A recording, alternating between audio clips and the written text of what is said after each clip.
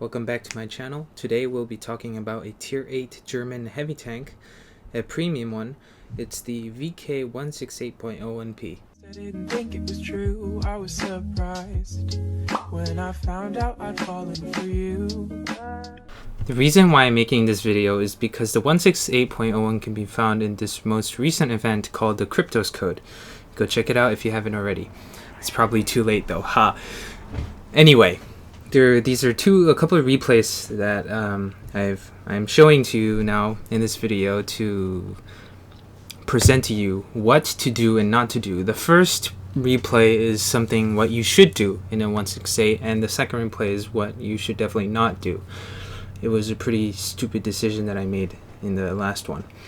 Now, the 168.01 in a nutshell is great armor, cupola weak spot, shitty accuracy, and not great in terms of DPM, but the damage per shot is very high, the penetration is good, and of course, you know, you do not have any mobility whatsoever, but it is better than what you have in the VK100.01P, which is I'd say the tier, the same tier tech tree counterpart.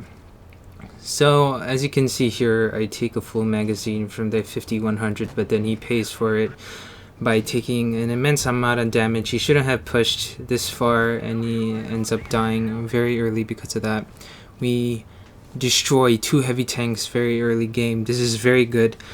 Against tier 7s, this tank is an absolute monster. No one can penetrate you on the front except for that huge cupola weak spot, plus the lower glacis armor plate. And as long as you cover that, if you move around constantly, then that should completely solve the problem. And of course, tank destroyers are going to be a problem, like this RHM that shot me.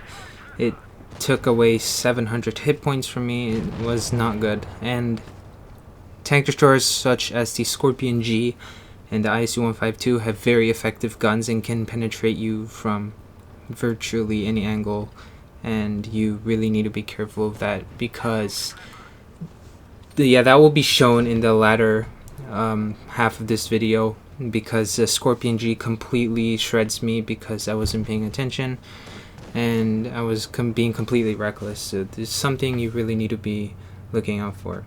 So because this tank really lacks any of the accuracy, the dispersion, you don't really necessarily need the dispersion in the first place because you're up in everyone's faces. The dispersion doesn't really matter. However, you could really use some of that aim time if you want to put some snapshots off. And this tank is also definitely not suited for mediums because it can get surrounded pretty easily, especially if you're alone and you are a huge target. This is a very, very large tank, and if you want to go to positions that you would like to go to, you would find yourself not being able to fit behind a wall because your tank is so big. And one of the examples is shown in this replay.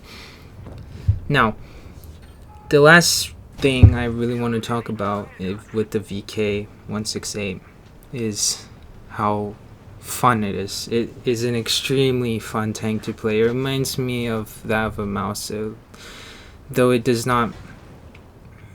It's similar to the mouse. Let's just put it that way. And it can definitely side scrape. As you can see in this replay, I'm starting to take damage from the Scorpion G, who's perched up on the hill. I should have known this, but I just kept peeking out anyway. I was estimating my armor. You should really experiment with your armor before you start getting confident with it. That's something that a lot of players have, in common when playing a certain tank. So I decided to push up into this super aggressive position, and this rock cannot cover me because I'm way too big. So I decided to move around so that they can't shoot my cupola. So yeah, this is gonna be one of the main problems you're gonna have. Is even though you have the armor, you're a huge target, and you have a cupola. The cupola, like 80% of these types of tanks would have this kind of weak spot. It's normal, perfectly normal.